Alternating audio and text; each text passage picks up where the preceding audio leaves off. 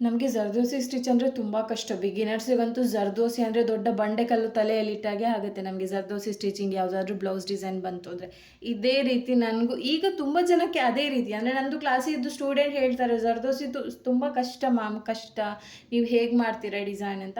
ನನಗೂ ಫಸ್ಟ್ ನಾನು ಬಿಗಿನರ್ಸ್ ಆಗಿದ್ದಾಗ ನಂಗೆ ಕೂಡ ಒಂದು ಬಂಡೆಕಲ್ಲು ತಲೆ ಮೇಲೆ ಬಿದ್ದಾಗೆ ಆಗ್ತಿತ್ತು. ಅಂದರೆ ಜರ್ದೋಸಿ ವರ್ಕ್ ಯಾವುದಾದ್ರೂ ಬರೋದಾದರೆ ನಾನು ಒಂದೊಂದು ಬ್ಲೌಸ್ ಬಿಡ್ತಾನೆ ಇದ್ದೆ, ಮತ್ತು ಒಂದೊಂದು ಬ್ಲೌಸ್ ಆಚೆ ಈಚೆ ಮಾಡಿ ಏನಾದರೂ ಒಂದು ಮಾಡಿ ಕೊಡ್ತಾ ಇದ್ದೆ. ಬಟ್ ವಿಷಯ ಏನಂದರೆ ನಾವು ಯಾವುದೇ ಸ್ಟಿಚಸ್ ಬಂದರೂ ಅದನ್ನು ಫೇಸ್ ಮಾಡಿ ಪ್ರಾಕ್ಟೀಸ್ ಮಾಡಿ ಬ್ಲೌಸ್ ಕ್ಲೋತ್ ಅಂದರೆ ಕಸ್ಟಮರ್ ಕ್ಲೋತ್ ಮೇಲೆ ಮಾಡಿದರೆ ಅದು ಪರ್ಫೆಕ್ಟಾಗಿ ಬರ್ತಾ ಅಂದರೆ ನಾವು ಬರ್ತಾ ಹೋಗುತ್ತೆ. ಅಂದರೆ ನಾವು ಓಡಿ ಹೋದರೆ ಅಂದರೆ ಒಂದು ಸ್ಟಿಚ್ ಬಂತು ನಮಗೆ ಕಷ್ಟ ಆಯಿತು ಅಂತ ನಾವು ಓಡಿ ಹೋದರೆ ಆ ಸ್ಟಿಚಸ್ ಖಂಡಿತ ಬರಲ್ಲ. ತಪ್ಪೋ ಸರಿಯೋ ಫಸ್ಟ್ ನೀವೊಂದು ಪ್ರಾಕ್ಟೀಸ್ ಕ್ಲೋತ್ ಮೇಲೆ ಪರ್ಫೆಕ್ಟಾಗಿ ಪ್ರಾಕ್ಟೀಸ್ ಆದಮೇಲೆ ಕಸ್ಟಮರ್ ಬ್ಲೌಸಿಗೆ ಮಾಡ್ಬೋದು. ಸೊ ಆ ಕಾಲ ಇತ್ತು ನಂದು. ಅಂದರೆ ಜರ್ದೋಸಿ ವರ್ಕ್ ಬರುವಾಗ ನಂಗೆ ಅಷ್ಟು ಟೆನ್ಷನ್ ಆಗ್ತಿದ್ದು. ಬಟ್ ಈಗ ನಾನು 6 ವರ್ಷ ಆಯಿತು ವರ್ಕ್ ಮಾಡಿಕೊಂಡು. ಈಗ ನನಗೆ ಜರ್ದೋಸಿ ಏನಂದರೆ ಒಂಥರ ಫ್ರೆಂಡ್ ಥರ. ಅಂದರೆ ತುಂಬ ಇಷ್ಟ ನನಗೆ ಜರ್ದೋಸಿ ವರ್ಕ್ ಮಾಡಲಿಕ್ಕೆ, ಥ್ರೆಡ್ ವರ್ಕ್ ಮಾಡಲಿಕ್ಕೆ. ಬೀಡ್ಸಿಗಿಂತಲೂ ನನಗೆ ಜರ್ದೋಸಿ ಮತ್ತು ಥ್ರೆಡಲ್ಲಿ ತುಂಬ ಇಂಟ್ರೆಸ್ಟ್. ನಮಗೆ ಯಾವಾಗ ಇಂಟ್ರೆಸ್ಟ್ ಜಾಸ್ತಿ ಆಗುತ್ತೋ ಆಗ ನಮಗೆ ವರ್ಕ್ ಕೂಡ ಜಾಸ್ತಿ ನಾವು ಫಿನಿಷ್ ಮಾಡುವ, ಅಂದರೆ ಒಳ್ಳೆ ಫಿನಿಶಿಂಗ್ ಕೊಡುವ ಅಂತ ಆಗುತ್ತೆ. ಸೊ ಅದೇ ಪ್ರಕಾರ ನಾನು ಇದೀಗ ಕಂಪ್ಲೀಟ್ ಜರ್ದೋಸಿ ವರ್ಕ್ ಒಂದು ನಿಮಗೆ ಹೆವಿ ಬ್ರೈಡ್ ವರ್ಕ್ ತಗೊಂಡು ಬಂದಿದ್ದೇನೆ. ಕಂಪ್ಲೀಟ್ ಜರ್ದೋಸಿ ವರ್ಕ್ ನೀವು ನೋಡಿ ಕಮೆಂಟ್ ಮಾಡಿ ಹೇಗಿದೆ ಅಂತ ಡಿಸೈನ್. ಸೊ ನೋಡ್ಬೋದು ಇದು ಕಂಪ್ಲೀಟ್ ಜರ್ದೋಸಿ ವರ್ಕ್ ಹೇಗಿದೆ ಅಂತ ನನಗೆ ಕಮೆಂಟ್ ಮಾಡಬೇಕು ನೀವು, ನನ್ನ ಫಿನಿಶಿಂಗ್ ಹೇಗಿದೆ ಅಂತ. ಸೊ ಇದು ನಂದೊಬ್ಬರು ಯೂಟ್ಯೂಬ್ ಅಂದರೆ ನಂದು ಯೂಟ್ಯೂಬ್ ಇದ್ದೊಂದು ಸಬ್ಸ್ಕ್ರೈಬರ್ ಒಂದು 2 ಇಯರ್ಸಿಂದ ನನ್ನನ್ನು ಫಾಲೋ ಮಾಡ್ತಿದ್ದೇನೆ ಅಂತ ಹೇಳಿದರು. ಸೊ ನನ್ನ ಫಿನಿಶಿಂಗ್ ನೋಡಿ ವರ್ಕ್ ಕೊಟ್ಟಿದ್ದಾರೆ. ಈಗ ನೀವು ನೋಡ್ಬೋದು ಎಷ್ಟು ಪರ್ಫೆಕ್ಟಾಗಿ ಬಂದಿದೆ. ಅಂದರೆ ನನಗೆ ಖುಷಿ ಆಗುತ್ತೆ. ಆ್ಯಕ್ಚುಲಿ ಏನು ಗೊತ್ತಾ, ಕಸ್ಟಮರಿಗೆ ಖುಷಿ ಆಗೋದಕ್ಕಿಂತ ಮುಂಚೆ ನನಗೆ ಖುಷಿ ಆಗಬೇಕು ಒಂದು ಬ್ಲೌಸ್ ಮಾಡಿ ನೋಡಿದಾದ್ಮೇಲೆ. ಹಾಗಾದರೆ ನನಗೆ ಕಸ್ಟಮರಿಗೆ ಧೈರ್ಯದಲ್ಲೇ ಹೇಳ್ಬೋದು, ಹಾಂ ಮೇಡಮ್ ನಿಮ್ಮದು ವರ್ಕ್ ಫಿನಿಶ್ ಆಯಿತು ಅಂತ. ಸೊ ಹಾಗಾಗಿ ನಮಗೆ ಕಾನ್ಫಿಡೆನ್ಸ್ ಬರಬೇಕು ಅಂದರೆ ನಾವು ಜಾಸ್ತಿ ಪ್ರಾಕ್ಟೀಸ್ ಮಾಡಬೇಕು. ಈಗ ತುಂಬ ಜನ ಕೇಳ್ತಾರೆ, ಮೇಡಮ್ ನೀವು ಹೇಗೆ ಅಷ್ಟು ಬೇಗ ವರ್ಕ್ ಮಾಡ್ತೀರಾ, ಸ್ಪೀಡ್ ಮಾಡಲಿಕ್ಕೆ ಏನಾದರೂ ಟಿಪ್ಸ್ ಇದೆಯಾ ಹೇಳಿ ಅಂತ. ಸ್ಪೀಡ್ ಮಾಡಲಿಕ್ಕೆ ಏನೂ ಟಿಪ್ಸ್ ಇಲ್ಲ. ಟಿಪ್ಸ್ ಇರೋದು ಒಂದೇ, ನೀವು ಎಷ್ಟು ಜಾಸ್ತಿ ಹಾರ್ಡ್ ವರ್ಕ್ ಮಾಡ್ತೀರಾ, ಎಷ್ಟು ಜಾಸ್ತಿ ಪ್ರಾಕ್ಟೀಸ್ ಮಾಡ್ತೀರಾ ಅಷ್ಟು ಬೇಗ ನಿಮಗೆ ಇದು ವರ್ಕ್ ಫಿನಿಶ್ ಆಗುತ್ತೆ. ಫಿನಿಶ್ ಆಗೋದರ ಜೊತೆಗೆ ನೀಟ್ ಫಿನಿಶಿಂಗ್ ಬರುತ್ತೆ. ಆರಿ ವರ್ಕಲ್ಲಿರೋದೇನು, ನೀವು ಎಷ್ಟು ಕಲ್ತಿದ್ದೀರಾ, ಹೇಗೆ ಕಲ್ತಿದ್ದೀರಾ ಅಂತ ಮೇಯ್ನ್ ಅಲ್ಲ. ಅಟ್ಲೀಸ್ಟ್ ನೀವು ಒಂದು ಫ್ಲವರ್ ಮಾಡೋದಾದರೂ ಆ ಫ್ಲವರ್ ಇದು ಫಿನಿಶಿಂಗ್ ಹೇಗಿರುತ್ತೆ ಅದು ಆರಿ ವರ್ಕಲ್ಲಿ ತುಂಬ ಮೇಯ್ನ್. ಅಂದರೆ ಕಸ್ಟಮರ್ ಕೊಡೋದು ಹೇಗೆ, ನೀವು ಈಗ ನಾನು ಇದೊಂದು ಡಿಸೈನ್ ಮಾಡಿಕೊಡ್ತೇನೆ ಅಂತ ತಿಳ್ಕೊಳ್ಳಿ, ಇದರದ್ದು 70% ಕಡಿಮೆ ರೇಟಿಗೆ ನೀವು ಮಾಡ್ತೀರಾ. ಬಟ್ ನಿಮ್ಮ ಫಿನಿಶಿಂಗ್ ಹೇಗಿರುತ್ತೆ, ಪ್ರೊಫೆಷ್ನಲ್ ಆಗಿ ವರ್ಕ್ ಮಾಡುವವರ ಫಿನಿಶಿಂಗ್ ಹೇಗಿರುತ್ತೆ ಅಂದರೆ ಕಸ್ಟಮರ್ ನೋಡ್ತಾರೆ. ಆಮೇಲೆ ಅವರಿಗೆ ಏನು, ಕಸ್ಟಮರಿಗೆ 1-2 ಸಾವಿರ ಜಾಸ್ತಿ ಆದರೂ ಪರವಾಗಿಲ್ಲ, ನೀಟ್ ವರ್ಕ್ ಆದರೆ ನಮ್ಗೆ ನೋಡ್ಲಿಕ್ಕೆ ಖುಷಿ, ಯಾರಾದರೂ ನೋಡುವಾಗ ಖುಷಿ ಆಗುತ್ತೆ. ನಮ್ಮ ಬ್ಲೌಸ್ನ ತುಂಬ ದಿನ ಬರುತ್ತೆ ಬಾಳಿಕೆ. ಇದು ನಾನು ಕನ್ಫರ್ಮ್ ಆಗಿ ಹೇಳ್ತೇನೆ. ಇದು 10 ವರ್ಷ ಆದರೂ ಏನಾಗಲ್ಲ ಈ ಬ್ಲೌಸ್ ಡಿಸೈನ್ಸ್. ಯಾಕಂದರೆ ಇದರಲ್ಲಿ ಒಂದೇ ಒಂದು ಬೀಡ್ ಕೂಡ ಬ್ಲ್ಯಾಕ್ ಆಗೋದು ಇಲ್ಲ. ಇದರಲ್ಲಿ ಬೀಡ್ ವರ್ಕೇ ಇಲ್ಲ. ಬೀಡ್ ವರ್ಕ್ ಅಂದರೆ ಜಸ್ಟ್ ನಾನು ಕಟ್ ಬೀಡ್ ವರ್ಕ್ ಯೂಸ್ ಮಾಡಿದ್ದೇನೆ. ಯಾಕಂದರೆ ಇದು ಸ್ವಲ್ಪ ಶೇಡ್ ಕ್ಲೋತು.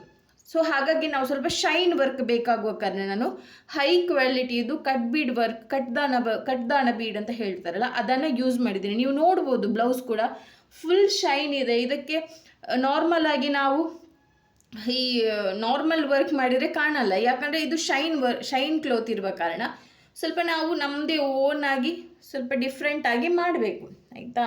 ಅದೇ ಕಸ್ಟಮರ್ ಈಗ ಒಂದು ಪ್ಲೇನ್ ಬ್ಲೌಸ್ ಮೇಲೆ ಕೊಟ್ಟಿದ್ದಾರೆ, ನನಗೆ ಪ್ಲೇನ್ ಬ್ಲೌಸ್ ತೋರಿಸಿ ಈ ಥರ ಡಿಸೈನ್ ಮಾಡಿಕೊಡಿ ಅಂತ ಹೇಳಿದ್ದಾರೆ. ಬಟ್ ಅವರು ಕೊಟ್ಟಿರೋದು ಪ್ಲೇನ್ ಬ್ಲೌಸು ಕ್ಲೋತು, ಯಾವುದು ರೆಫರೆನ್ಸ್ ಪಿಕ್ ಕೊಟ್ಟಿರೋದು ಅದೇ ಒಂಥರ ರೆಡ್ ಕಲರ್ ಇದೆ ಪ್ಲೇನ್. ಬಟ್ ಅವ್ರು ಕೊಟ್ಟಿರೋ ಬ್ಲೌಸ್ ಇದು. ಸೊ ಆಗ ನಾವೇನು ಮಾಡಬೇಕು, ಕಸ್ಟಮರಿಗೆ ಎಷ್ಟು ಗೊತ್ತಾಗಲ್ಲ, ಅಂದರೆ ಅದರದ್ದು ಹೇಗೆ ಇದ್ರದ್ದು ಹೇಗೆ. ಆಗ ನಾವೇನು ಮಾಡಬೇಕು, ಅವರು ಕೊಡುವ ಅಮೌಂಟಿಗೆ ಅವರಿಗೆ ಖುಷಿ ಆಗಬೇಕು ಆ ಥರ ವರ್ಕ್ ನಾವು ಮಾಡಿ ಕೊಡಬೇಕು, ಆಯಿತಾ. ಸೊ ಇದು ಬ್ಯಾಕ್ ನೆಕ್ ಬರುತ್ತೆ. ನಾನು ಇದ್ರದ್ದು ಮಾರ್ಕಿಂಗ್ ಕೂಡ ನಿಮಗೆ ತೋರಿಸಿದ್ದೇನೆ.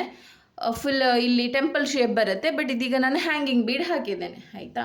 ಸೊ ಇದರದ್ದು ಫ್ರಂಟ್ ನೆಕ್ ಮಾತ್ರ ಸ್ವಲ್ಪ ಸಿಂಪಲ್ ಇದೆ, ಅಂದರೆ ಅದರಲ್ಲಿ ಕೂಡ ಸ್ವಲ್ಪ ಸಿಂಪಲ್ ಇತ್ತು. ಬನ್ನಿ ಈಗ ಇದರದ್ದು ನಾವು ಸ್ಲೀವ್ ಡಿಸೈನ್ ನೋಡುವ. ಸ್ಲೀವ್ ಡಿಸೈನಲ್ಲಿ ಕೂಡ ನಾನು ನಿಮಗೊಂದು ಟಿಪ್ಸ್ ಹೇಳ್ತೇನೆ, ಬಟ್ ಅದನ್ನು ಫಾಲೋ ಮಾಡಿ ಎಲ್ಲ ವರ್ಕ್ ಮಾಡುವವರು ಕೂಡ. ಇದು ನಿಮಗೆ ಈ ಕ್ಯಾಮರಾದಲ್ಲಿ ಸ್ವಲ್ಪ ಡಲ್ ಕಾಣ್ತಿರ್ಬೋದು, ಅದಂದರೆ ಹೊರಗಡೆದು ಸನ್ಲೈಟ್ ತುಂಬ ಇದೆ. ನಾನೀಗ ಮಧ್ಯಾಹ್ನ ಆಗಿದೆ ವಿಡಿಯೋ ಮಾಡುವಾಗ. ಸೊ ಹಾಗಾಗಿ ಸ್ವಲ್ಪ ನೋಡಿ, ಇಲ್ಲಿ ಡಾರ್ಕ್ ಬರುತ್ತೆ, ಇಲ್ಲಿ ಲೈಟ್ ಬರುತ್ತೆ, ಹಾಗಾಗಿ. ಸೊ ನೋಡ್ಬೋದು ಇದು 2 ಸ್ಲೀವ್ಸ್ ಡಿಸೈನು. ಇದು ಕೂಡ ಕಂಪ್ಲೀಟ್ ಜರ್ದೋಸಿ ವರ್ಕಲ್ಲೇ ಮಾಡಿರೋವಂಥದ್ದು. ಇಲ್ಲಿ ನೋಡಿ ನಾನು ಪಿಕಾಕ್ ಡಿಸೈನ್ ಮಾಡಿದ್ದೇನೆ. ಇಲ್ಲಿ ಮಿಡ್ಲಲ್ಲಿ ಪಿಕಾಕ್ ಡಿಸೈನ್ ಕಾಣ್ತಿರ್ಬೋದು ನಿಮಗೆ, ಇಲ್ಲಿ ಮಿಡ್ಲಲ್ಲಿ ಸೊ ನೋಡಿ ನಾನು ಕರೆಕ್ಟಾಗಿ ಇಲ್ಲಿ ಇಡ್ತೇನೆ. ಬ್ಲೌಸ್ ಪೀಸ್ ಅಂತೂ ತುಂಬ ಚೆನ್ನಾಗಿದೆ. ಕೆಲವು ಬ್ಲೌಸ್ ಪೀಸ್ ಏನು ಮಾಡ್ತಾರೆ ಅಂದರೆ ಹೆವಿ ವರ್ಕ್ ಮಾಡಿಸ್ತಾರೆ, ಬಟ್ ಬ್ಲೌಸ್ ಪೀಸ್ ಏನೂ ಇರಲ್ಲ, ಒಂದು ಚೂರು ಆಚೆ ಈಚಾರು ಫುಲ್ ಥ್ರೆಡ್ ಹೋಗುತ್ತೆ. ಬಟ್ ಇವ್ರದ್ದು ಬ್ಲೌಸ್ ಪೀಸ್ ಅಂತೂ ಪರ್ಫೆಕ್ಟ್ ಆಗಿದೆ, ನಂಗಂತೂ ತುಂಬ ಖುಷಿ ಆಯಿತು. ಅಂದರೆ ಸ್ವಲ್ಪನೂ ಕಿರಿಕಿರಿ ಇಲ್ಲ ಬ್ಲೌಸ್ ಪೀಸಲ್ಲಿ, ಅಂದರೆ ಅಷ್ಟು ನೀಟಾಗಿ ಕೂತ್ಕೊಳ್ಳುತ್ತೆ. ನಾವು ವರ್ಕ್ ಮಾಡುವಾಗ ಕೂಡ ಒಂದು ವರ್ಕ್ ಮಾಡಿ ಟೈಟಾಗಿ ಇಟ್ಕೊಂಡ್ರೆ ಸಾಕು, ಅಷ್ಟು ನೀಟಾಗಿ ನಮಗೆ ಕೂತ್ಕೊಳ್ಳುತ್ತೆ. ಇದು ನೋಡಿ, ಇದು ಅವರು ಬಾರ್ಡರ್ ಡಿಸೈನ್ ಕೊಟ್ಟಿದ್ದಾರೆ. ಇಲ್ಲಿ ಮೇಲೆ ನಾವು ಜರ್ದೋಸಿಯಲ್ಲಿ ವರ್ಕ್ ಮಾಡಲಿಕ್ಕೆ. ಇದರಲ್ಲಿ ನಾನು ನಿಮ್ಗೊಂದು ಟಿಪ್ಸ್ ಹೇಳ್ತೇನೆ. ಅವ್ರದ್ದು ಬಾರ್ಡರ್ ಬಂದುಬಿಟ್ಟು ಇಷ್ಟು ದಪ್ಪ ಇದೆ, ಬಟ್ ನಾನು ಕಸ್ಟಮರ್ ಹತ್ರ ಪರ್ಮಿಷನ್ ಕೇಳಿ ಮೇಲುಗಡೆ ವರ್ಕ್ ಮಾಡಿರೋದು. ಈಗ ನಾನು ಇಷ್ಟು ಬಾರ್ಡರ್ ಲೆಸ್ ಮಾಡಿದ ಕಾರಣ ನಮಗೆ ಇಲ್ಲಿ ಪ್ಲೇನ್ ಜಾಗ ಇಷ್ಟು ಸಿಕ್ಕಿದೆ ನೋಡಿ ವರ್ಕ್ ಮಾಡಲಿಕ್ಕೆ. ಇಲ್ಲಾಂದರೆ ಎಷ್ಟು ಸಿಕ್ತಿತ್ತು, ಈ ಜಾಗದಲ್ಲಿ ಇಷ್ಟೇ ಸಿಕ್ತಿತ್ತು, ಇಷ್ಟೇ.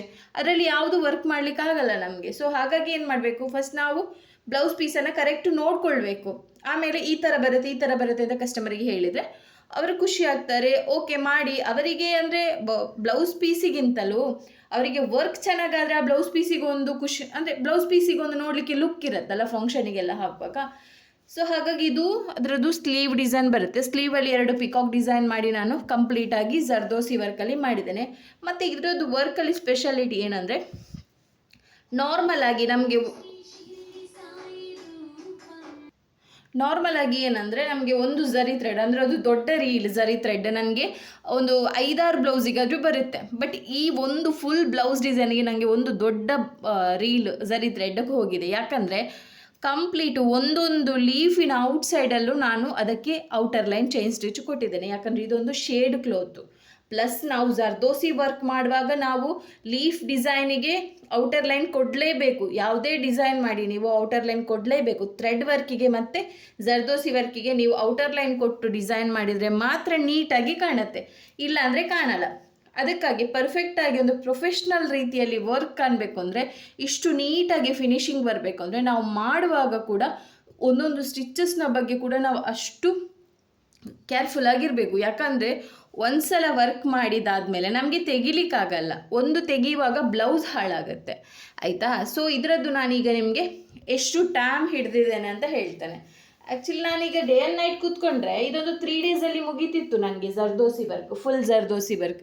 ಬಟ್ ನಾನು ಏನು ಮಾಡಿದ್ದೇನೆ ಅಂದರೆ, ನಾನು ಹೇಳಿದ್ನಲ್ಲ ಲಾಸ್ಟ್ ವೀಡಿಯೋದಲ್ಲಿ, ನಾನೀಗ ಒಂದು ಟೈಮ್ ಸೆಟ್ ಮಾಡ್ಕೊಂಡಿದ್ದೇನೆ. ಅಂದರೆ ಬೆಳಿಗ್ಗೆ ಇಷ್ಟು ಗಂಟೆಯಿಂದ, ಬೆಳಿಗ್ಗೆ 9 ಗಂಟೆಯಿಂದ ಸಂಜೆ ಒಂದು 6 o'clock 7 o'clockವರೆಗೆ ನಾನು ವರ್ಕ್ ಮಾಡೋದು ಅಂತ. ಯಾಕಂದರೆ ಸ್ವಲ್ಪ ರೆಸ್ಟ್ ಬೇಕಾಗುತ್ತೆ ನಮಗೆ, ಅಂದರೆ ಮನೆ ಕೆಲಸ ಕೂಡ ಇರುತ್ತಲ್ಲ. ಸೊ ಹಾಗಾಗಿ ಸ್ವಲ್ಪ ಟೈಮ್ ಸೆಟ್ ಮಾಡಿಕೊಂಡು ನಾವು ವರ್ಕ್ ಮಾಡಬೇಕು. ಸೊ ನೋಡಿ, ಈಗ ಕಂಪ್ಲೀಟ್ ಒಂದು ಡಿಸೈನ್ ನೀವು ನೋಡಿದ್ರಿ.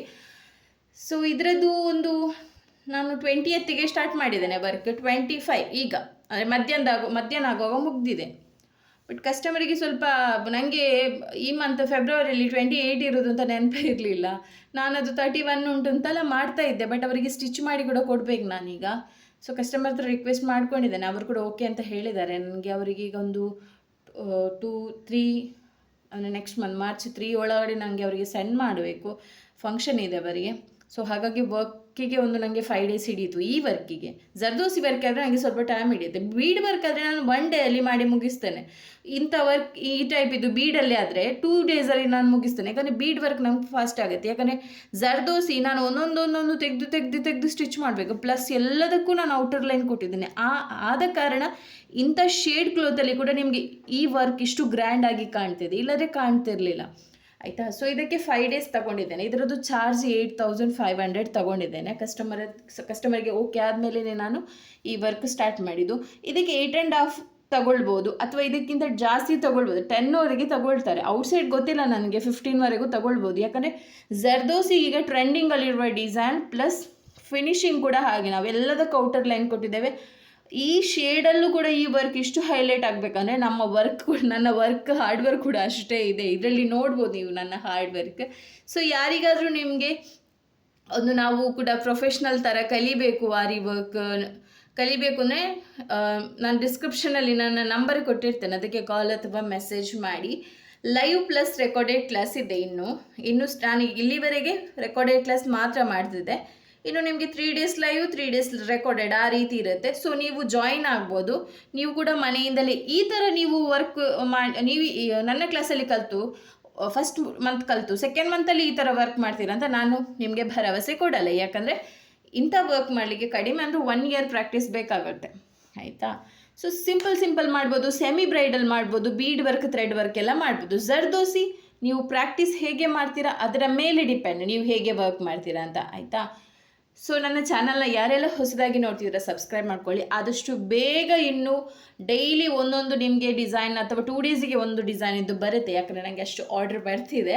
So thank you so much. ಯಾರೆಲ್ಲ ನನ್ನ ಸಬ್ಸ್ಕ್ರೈಬರ್ ಇದ್ದೀರಾ ಅವರು ನನ್ನನ್ನು ಕಾಂಟ್ಯಾಕ್ಟ್ ಮಾಡಿ, ನನ್ನನ್ನು ವಿಶ್ವಾಸದಲ್ಲಿ ಇಟ್ಟು ಒಂದು ವರ್ಕ್ ಎಲ್ಲ ಕಳಿಸ್ತಿದೆ, ಎಲ್ಲೆಲ್ಲಿಂದಲೂ, ಬ್ಯಾಂಗ್ಳೂರು ತುಂಬ ಜಾಗದಿಂದ ಕಳಿಸ್ತಿದೆ. So thank you so much. ನಿಮ್ಮ ಒಂದು ಏನು ನಂಬಿಕೆನ ನಾನು ಹೀಗೇ ಉಳಿಸ್ತೇನೆ. ಸೊ ಯಾರಿಗಾದ್ರೂ ಆರಿ ವರ್ಕ್ ಆನ್ಲೈನ್ ಕ್ಲಾಸ್ ಬೇಕಾದರೆ ಜಾಯಿನ್ ಆಗಿ. ಸೊ ಈ ವರ್ಕಿಗೆ 8500.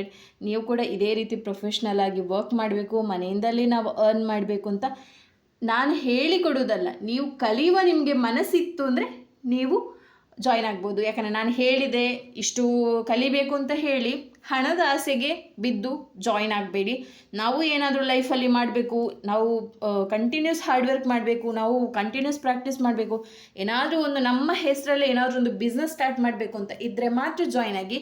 ಯಾಕಂದರೆ ಹಣ ಕೊಟ್ಟು ಮತ್ತು ಪ್ರಾಕ್ಟೀಸ್ ಮಾಡಲ್ಲ, ನೀವು ಒಂದು ಕಡೆ ಹೋಗ್ತೀರಾ, ಮೆಸೇಜಿಗೂ ರಿಪ್ಲೈ ಮಾಡಲ್ಲ ಅಂದರೆ ನನಗೆ ಆ ಹಣ ಇಟ್ಕೊಂಡು ಕಷ್ಟ, ರಿಟರ್ನ್ ಕೊಡಲಿಕ್ಕಾಗಲ್ಲ. ಯಾಕಂದರೆ ನಾನು ಡೈಲಿ ನಿಮಗೆ ವೀಡಿಯೋ ಸೆಂಡ್ ಮಾಡ್ತಾ ಇರ್ತೇನಲ್ಲ, ನನ್ನ ಹಾರ್ಡ್ ವರ್ಕು ಅಷ್ಟೇ ಇರುತ್ತೆ. ಸೊ ಯಾರಿಗಾದ್ರೂ ಇಂಟ್ರೆಸ್ಟ್ ಇತ್ತು ಅಂದರೆ, ಕಲೀಲಿಕ್ಕೆ ಇಂಟ್ರೆಸ್ಟ್ ಇದ್ದರೆ ಮಾತ್ರ ಜಾಯ್ನ್ ಆಗಿ. Thank you, bye.